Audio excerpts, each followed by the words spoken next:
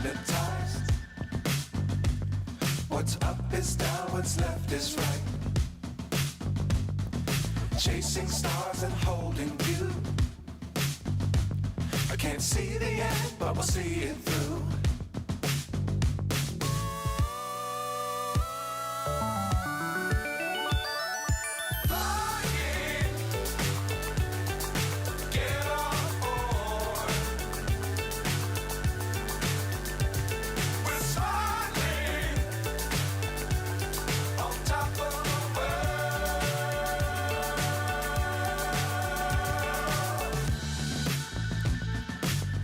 Times don't fly too high. Be sure to keep the ground in sight. Fly forever if you keep it tight. Love the world but keep the sky on your mind.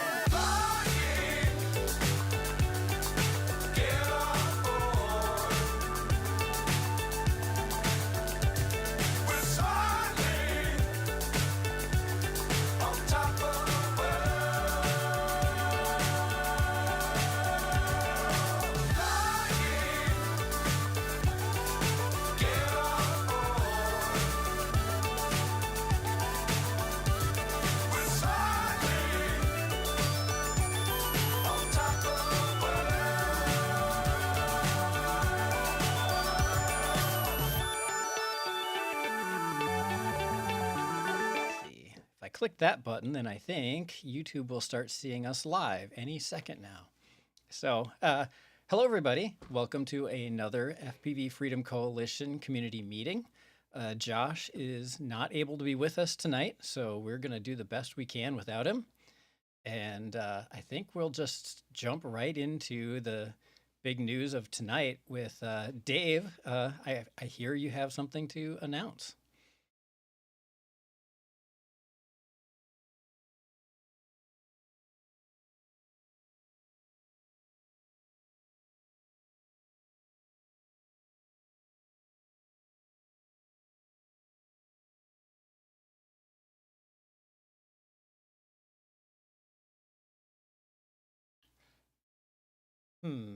Apparently nobody can hear you.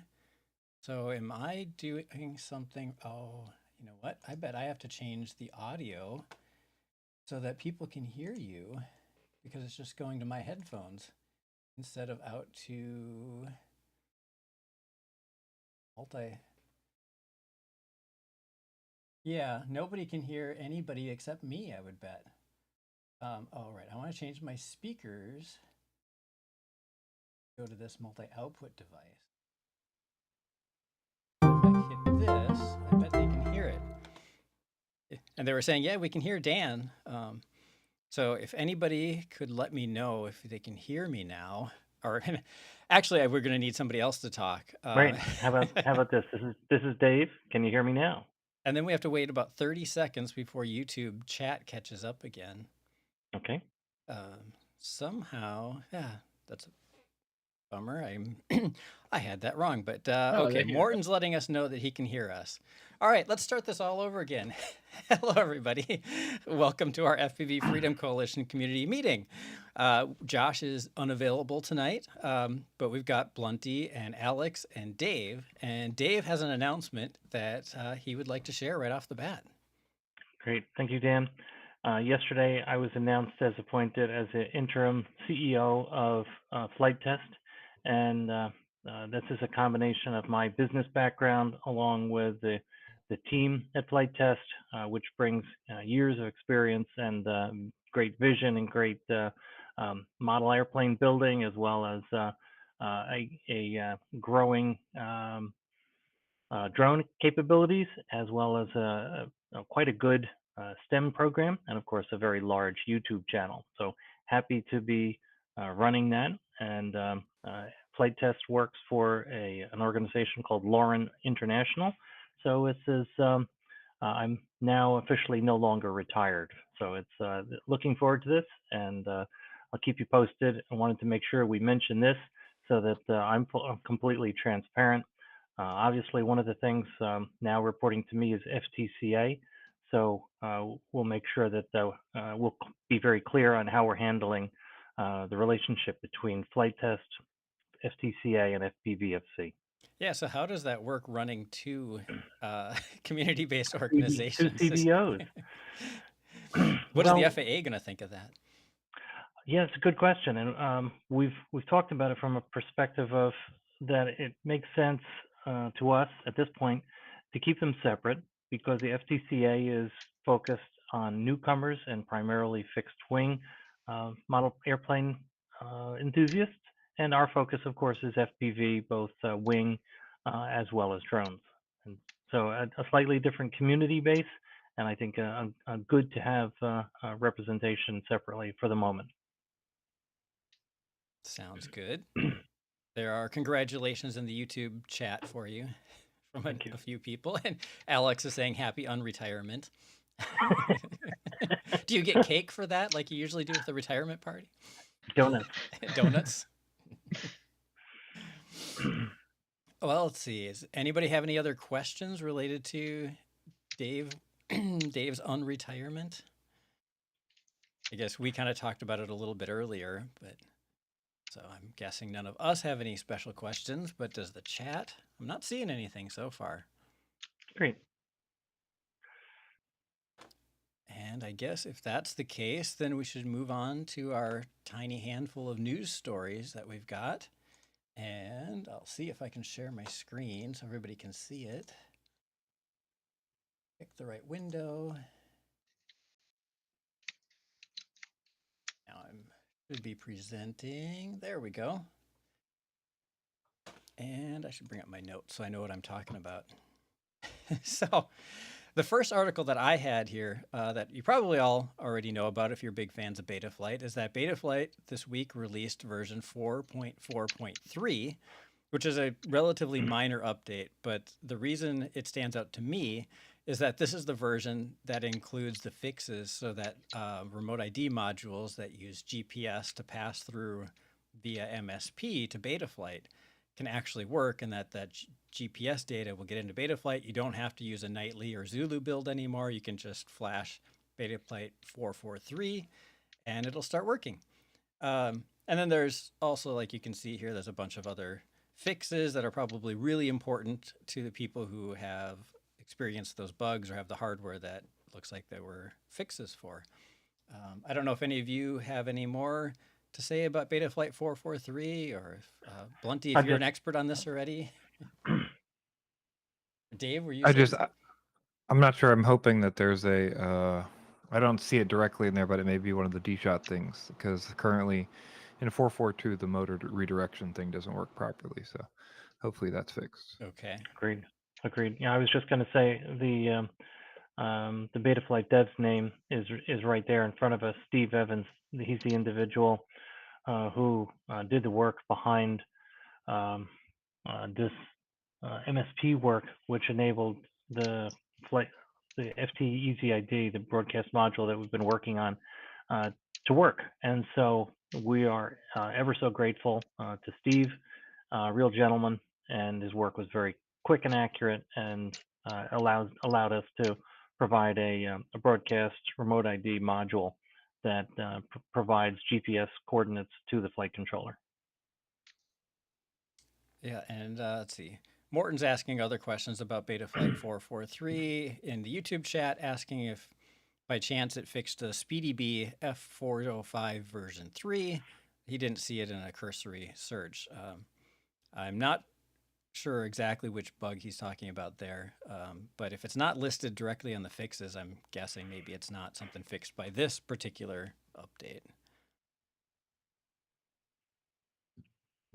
But I guess, you could install it and find out. If there's no other questions on Betaflight 4.4.3, we can jump over to article number 2. And this one was posted in the Federal Register that Alex pointed out to us the other day. Actually just published yesterday. And the FAA has changed the definition, or see, they've slightly changed the means of compliance for remote identification of unmanned aircraft. So they realized that they made a typo. They realized they kind of had a sentence that didn't make any sense, made some minor changes, and then published this new means of compliance. And one of the important things is that anything that was approved before is still approved. They don't have to go back and get reapproval under a new means of compliance. But anything new has to obviously work with this new means of compliance. And Dave, you have a little bit more background information of where this came from and why they posted this? I did, and this is one where my heartfelt thanks goes to the FAA on this. I mean that sincerely. This could not be better for what was discussed back in June. So the FAA called the ASTM, and Gabriel Cox, the chair of the Remote ID Working Group, called a quick meeting of our closest 138 members of that working group, and we spent an hour and a half or so discussing a number of changes that could be added into this NOA, a notice of availability, and a number of us were very dreadfully concerned about making material changes to the MOC, which would necessitate a redesign of existing broadcast modules. So the error here clearly, and the ASTM, of which I'm a member, we all owned up. Yep, this was a typo on our part.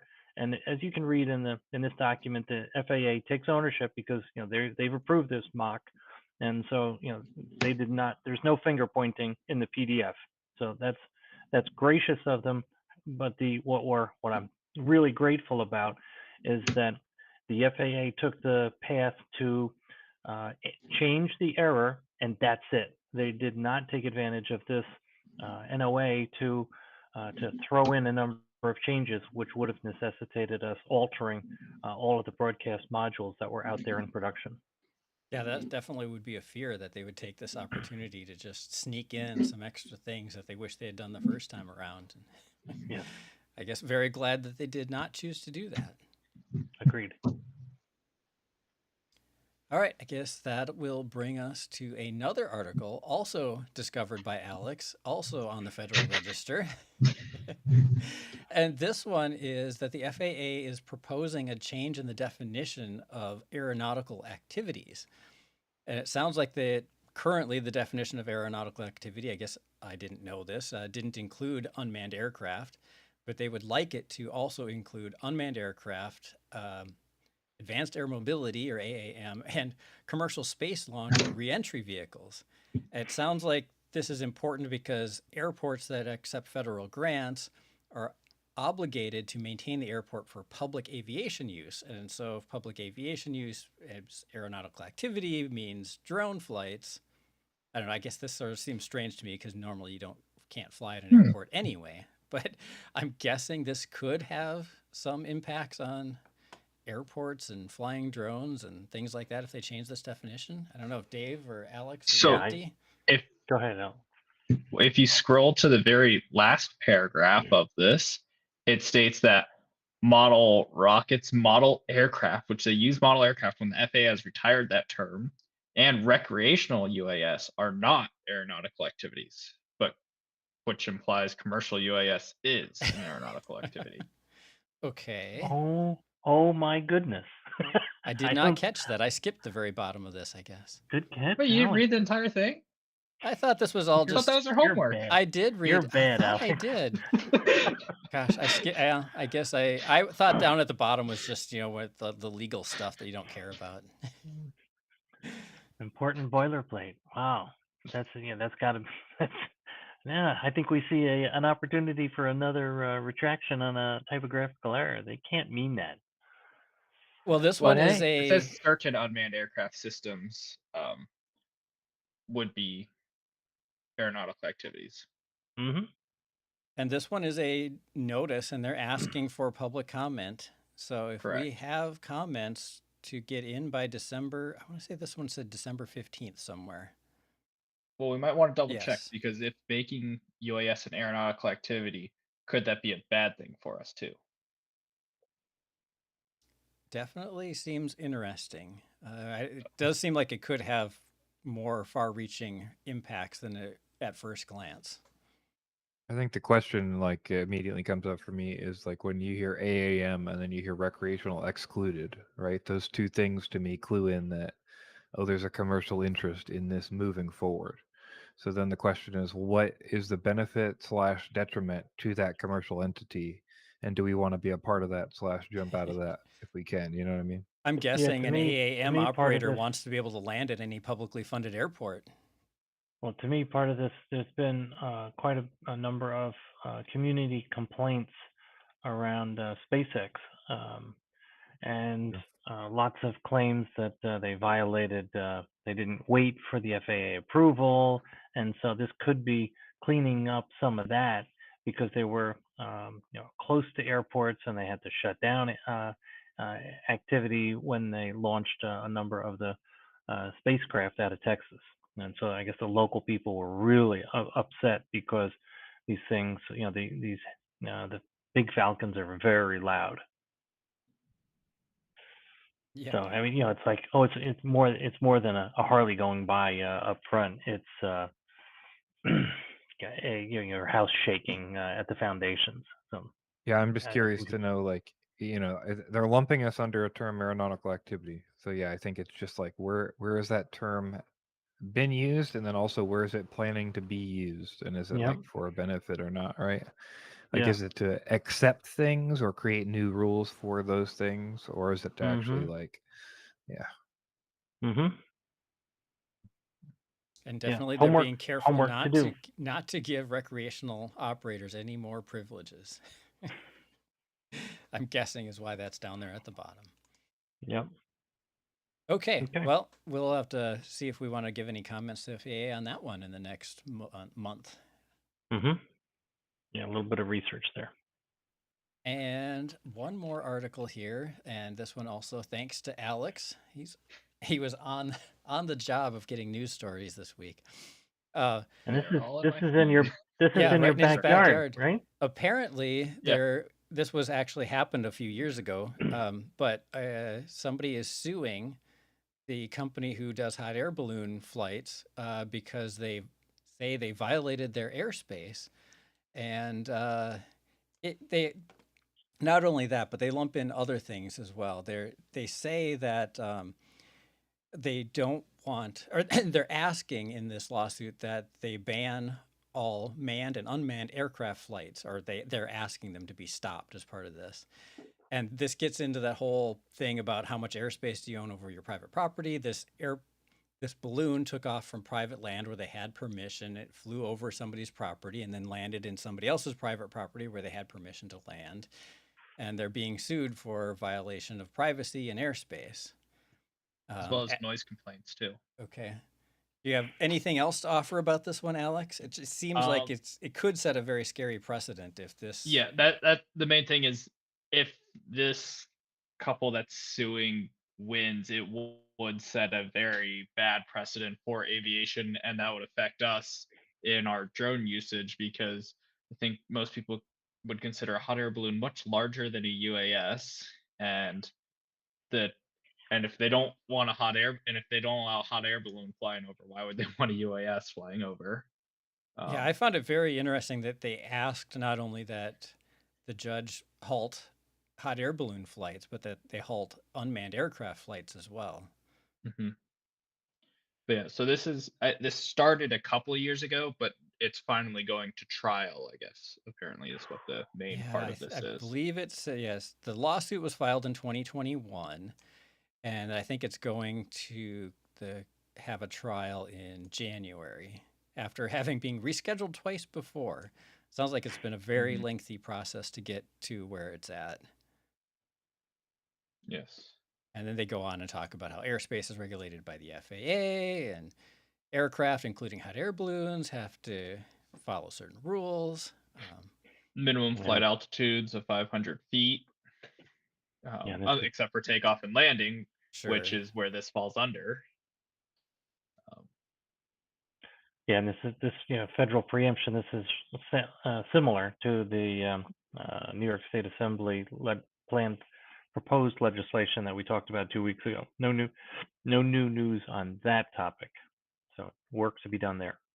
Here's where they're saying they're asking the judge to stop all hot air balloon flights and any other unmanned or manned aircraft flights from surrounding properties. Which, yeah, that would not be good for us if that was a precedent that was set. Correct. And the one thing that is interesting that this does have that is different because it's a hot air balloon is in Maryland, they have a state preemption where cities and municipalities can't regulate drone usage. So even if it was granted for the hot air balloon, there is a chance that they might not be able to do anything about UAS, That would which be good. would be, I don't want to have to get that question answered, but that would be a very interesting case to bring about. Yep. Good point. Well, those are the only news articles I had to cover today, so I can probably stop sharing my screen. But I could say, Alex, why don't would you have anything to share about the FAA FRIA location map that you're working on? Is that something you want public yet, or?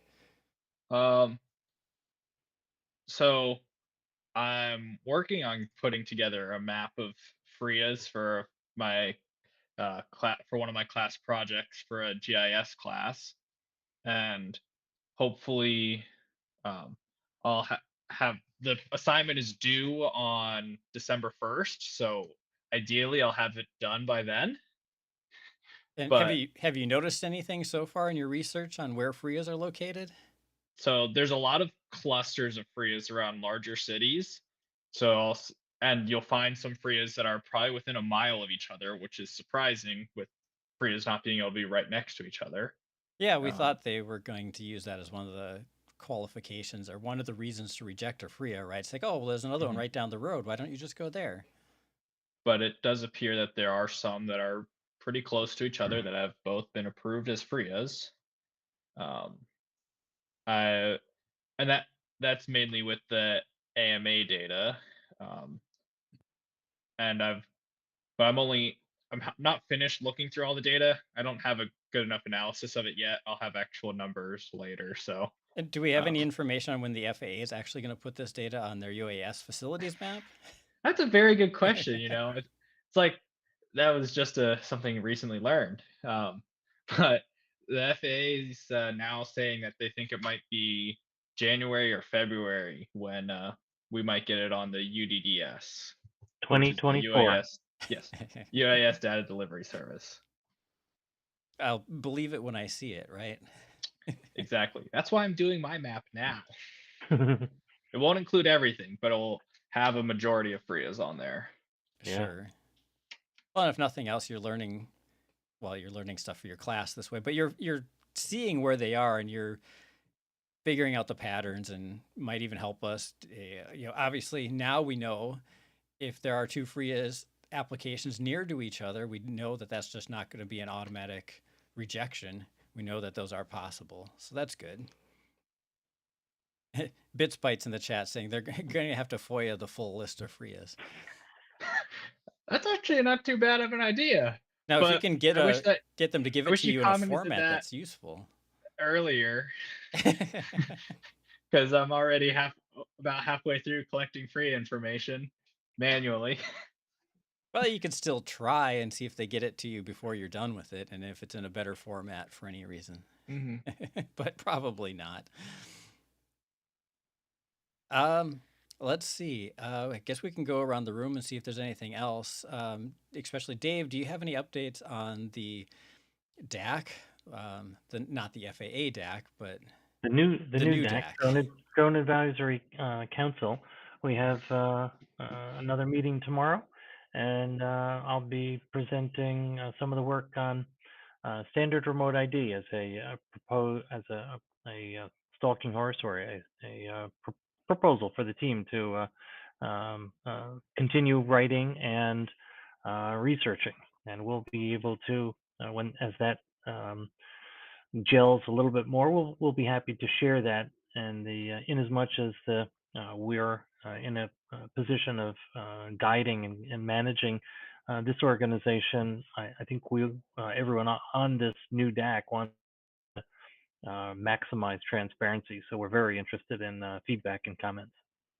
Yeah, one of the goals that they have that I would like to see happen would be a good solution for those people who want to build their own Part 107 drone and not have to have it be a standard remote ID compliant, but be able to fly, say, a Cinelifter you built yourself and put a remote ID module on it and be able to go to a film set and record that and legally Right. use that and not have to be a full-on manufacturer with all the manufacturing requirements and the Right. standard remote ID, sending the data telemetry from your radio and all that And then extra there, complication. Yeah. and we've got a number of retailers across the country who are selling 5-inch drones, bind and fly, and You mean the indoor use only ones?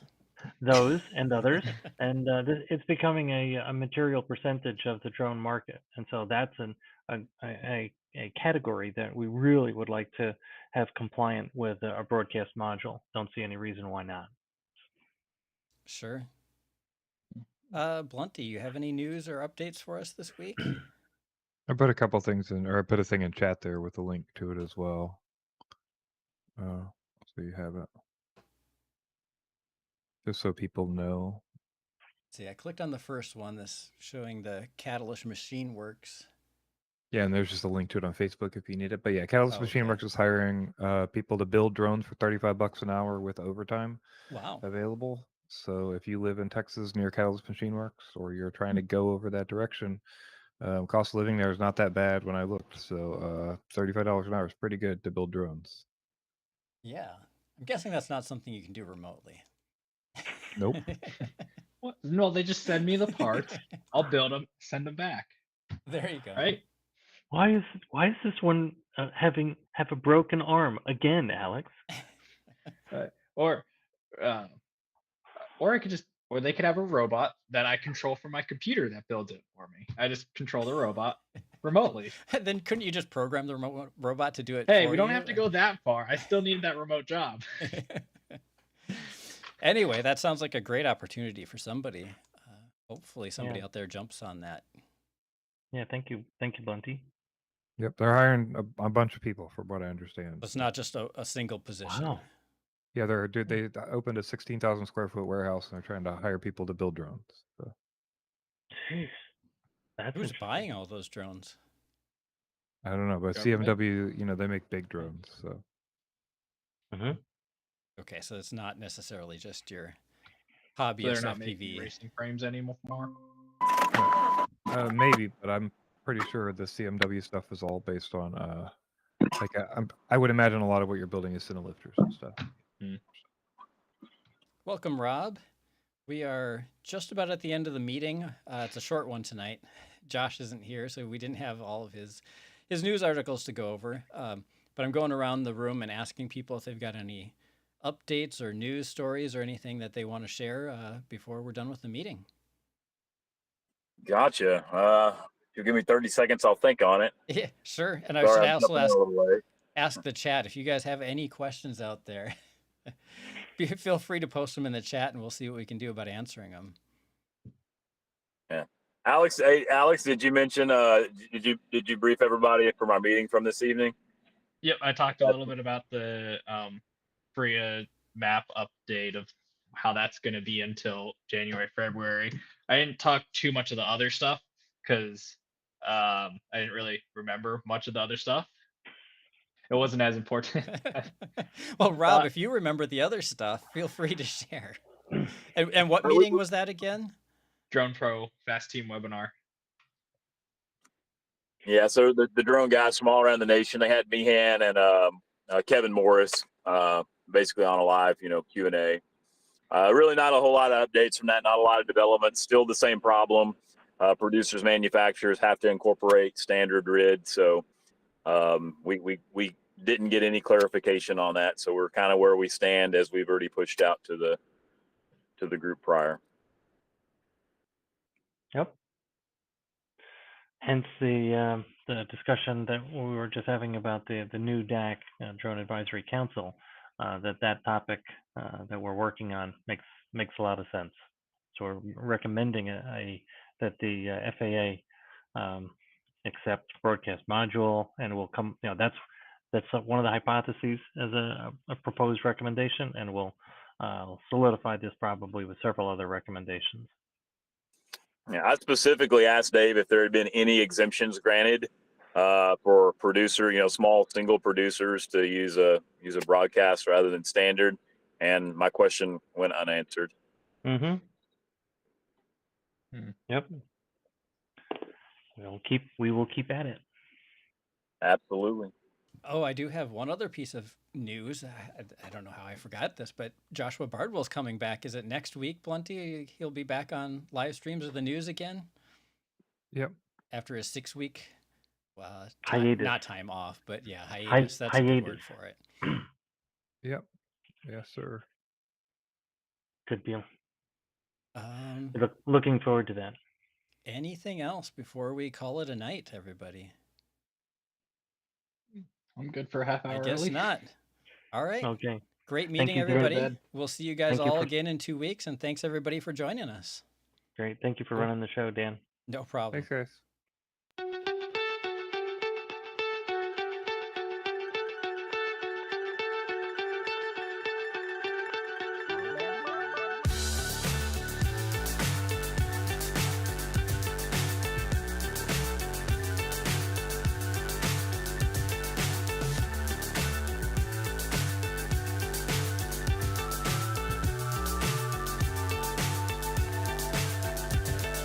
Fly so high, I'm hypnotized. What's up is down, what's left is right. Chasing stars and holding you. I can't see the end, but we'll see it through.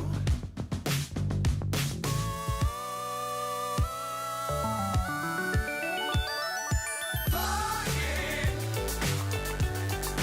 get on board. We're smiling on top of the world.